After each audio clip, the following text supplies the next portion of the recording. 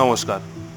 Top trading বাংলার share market, option trading এবং cryptocurrency নিয়ে অ্যাডভান্স লেভেলের কোর্স স্টার্ট হচ্ছে 20 জুলাই থেকে 17 আগস্ট, 1 মাসের কোর্স। আপনারা যদি জয়েন করতে চান, লিঙ্ক আমি কমেন্ট বক্সে দিয়ে দেবো।